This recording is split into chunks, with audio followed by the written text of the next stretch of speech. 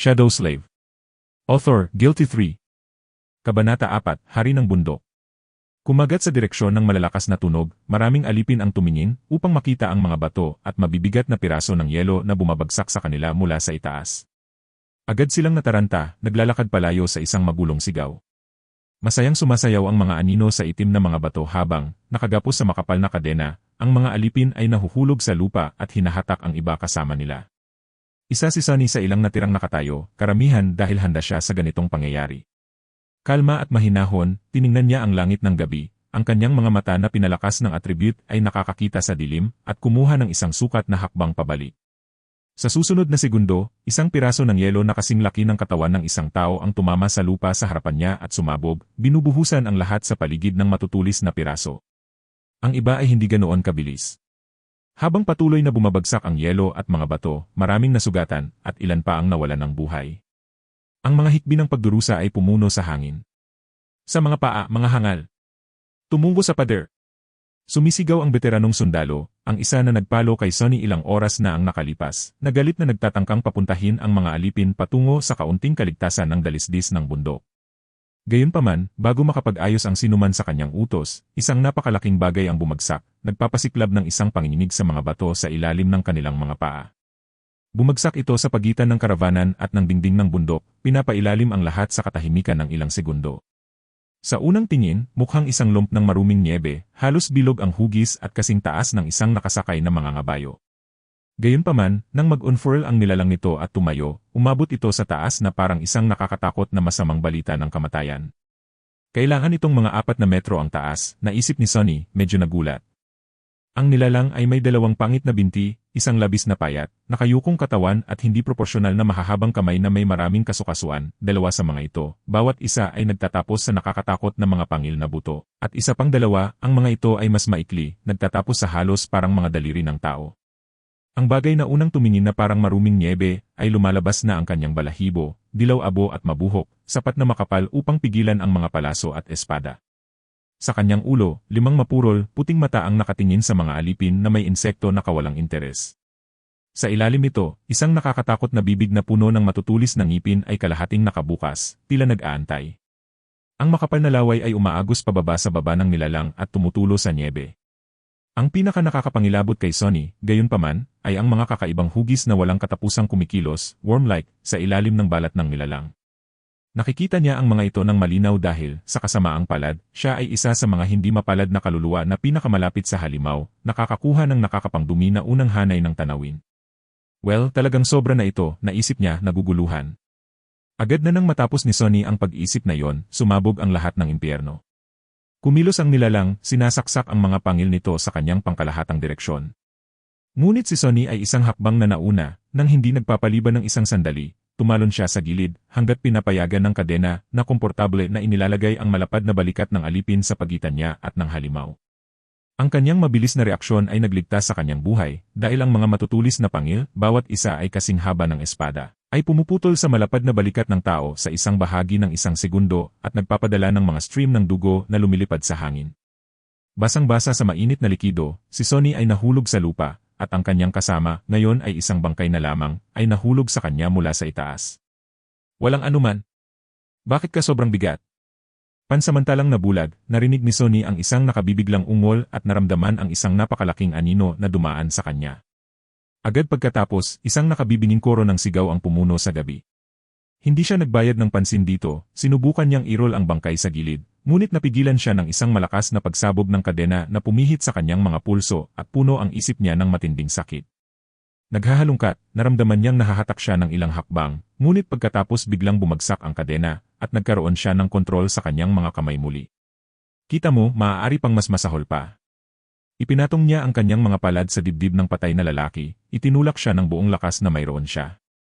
Ang mabigat na bangkay ay matigas na tumanggi sa lahat ng kanyang mga pagsisikap, ngunit sa wakas ay bumagsak ito sa tabi, pinalaya si Sonny. Gayunpaman, hindi siya nagkaroon ng pagkakataong ipagdiwang ang bagong natagpuang kalayaan, nang ang kanyang dugo ay biglang naging yelo. Dahil sa sandaling iyon, habang ang kanyang mga palad ay nakapatong pa sa dumudugo na katawan ng malapad na balikat ng alipin, malinaw na naramdaman niya ang isang bagay na kumikilos sa ilalim ng balat ng patay na lalaki. Kailangan mo talagang isipin kung paano pa maaaring maging mas masahol, di ba? Ikaw na hangal, naisip niya, at pagkatapos ay nakuha ang kanyang sarili. Itinulak niya ang bangkay gamit ang kanyang mga binti. Si Sunny ay crawled hanggat maaari mula rito, na halos 1 metro at kalahati, salamat sa laging presensya ng kadena. Mabilis niyang sinuri ang paligid, napansin ang isang masa ng mga sumasayaw na anino, at ang silweta ng halimaw na sumisira sa mga hikbi ng mga alipin sa kabilang dulo ng platapormang bato. Pagkatapos ay nakatuon siya sa patay na katawan, na nagsisimulang umindak na may lumalaking lakas. Sa kabila ng bangkay, ang shifty slave ay nakatingin dito na may nakaumbok na panga at may nakatatakot na ekspresyon sa kanyang mukha.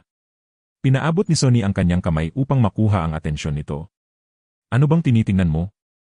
Lumayo ka dito. Sinubukan ng shifty slave, ngunit agad siyang nahulog. Ang kadena ay nakagapos sa pagitan ng tatlo sa kanila, nakadagan ng bigat ng malapad na balikat ng lalaki. Kinumutan ni Sunny ang kanyang mga ngipin. Diretso sa kanyang mga mata, ang bangkay ay dumaan sa isang nakakatakot na metamorphosis. Ang mga kakaibang buto ay tumusok sa kanyang balat, lumalawak na parang mga pangil. Ang mga kalamnan ay umuusbong at umiikot, tila sinusubukang magbago ng anyo. Ang mga kuko ay nagiging matutulis na pangil, ang mukha ay nag-crack at pumutok, nagbubukas ng isang nakatangin bibig na may labis na maraming hilera ng mga may dugo, needle-like fangs. Hindi ito tama. Si Sunny ay nanginginig, nararamdaman ang isang malakas na pagnanasa na ilabas ang kanyang tiyan. Ang kadena. Ang scholar na alipin ay ilang hakbang sa likod ng shifty na tao, itinuturo ang kanyang mga kadena na may mukha na kasing puti ng multo. Ang pahayag na iyon ay hindi nakakatulong, ngunit sa mga pangyayari, ang kanyang pagkabigla ay naiintindihan. Ang pagiging nakagapos ay masama na, ngunit ang maging nakagapos sa ganitong uri ng kabangisan ay talagang hindi patas. Ngunit ang conclus. Yon ni Sunny na hindi tama ang mga bagay ay hindi nagmula sa pagkalungkot sa sarili. Ang ibig niyang sabihin ay ang buong sitwasyon ay literal na hindi tama. Ang spell, na mahiwaga man, ay may sariling hanay ng mga patakaran. May mga patakaran para sa kung anong uri ng mga nilalang ang maaaring lumitaw sa anumang ibinigay na nightmare, masyado. Subscribe to Tagalog Novel Tagapagbasa for more.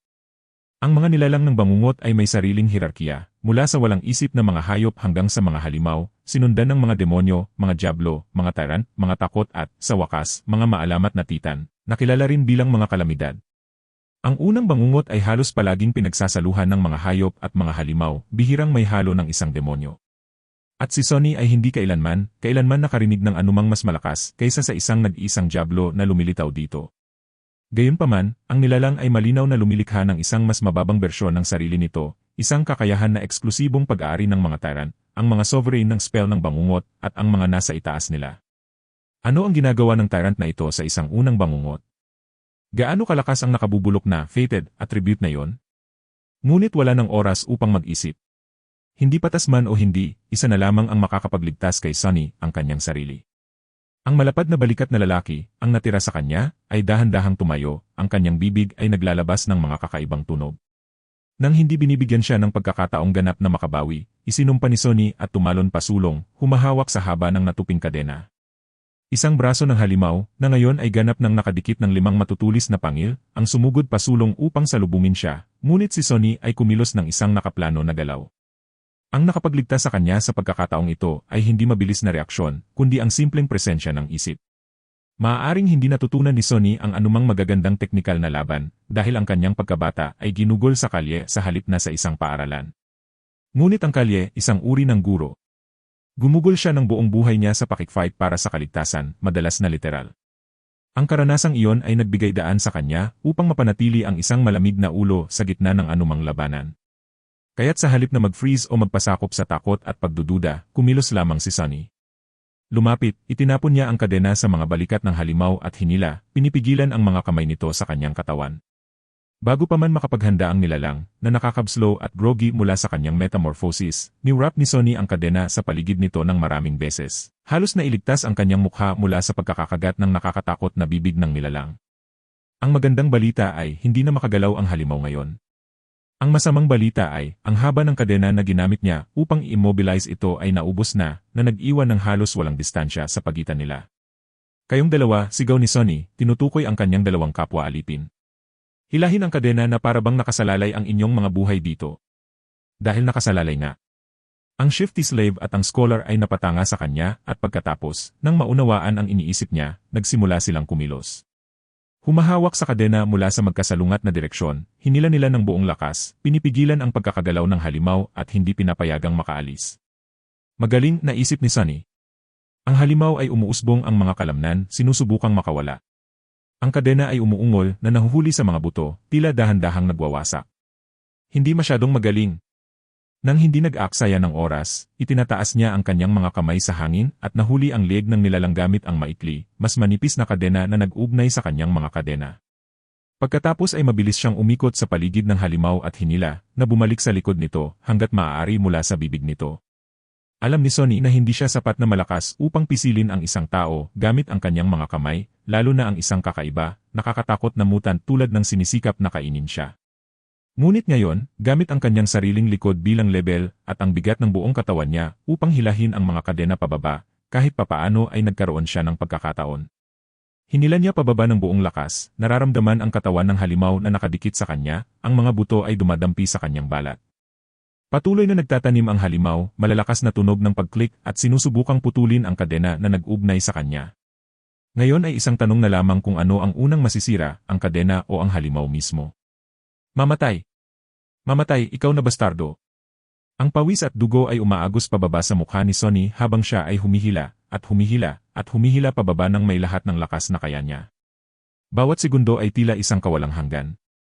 Ang kanyang lakas at tibay, kung ano ang natitira sa kanya mula pa sa simula, ay mabilis na nauubos. Ang kanyang nasugatang likod, mga pulso, at mga kalamnan na tumutusok sa mga buto ay nasa matinding sakit. At pagkatapos, sa wakas, naramdaman ni Sunny na ang katawan ng halimaw ay humina. Isang sandali mamaya, isang pamilyar na tinig ang umabot sa hangin. Ito ang pinakamagandang tunog na narinig niya kailanman. Pinatay mo ang isang natutulog na hayop, ang larva ng hari ng bundok. Subscribe to Tagalog Novel Tagapagbasa for more.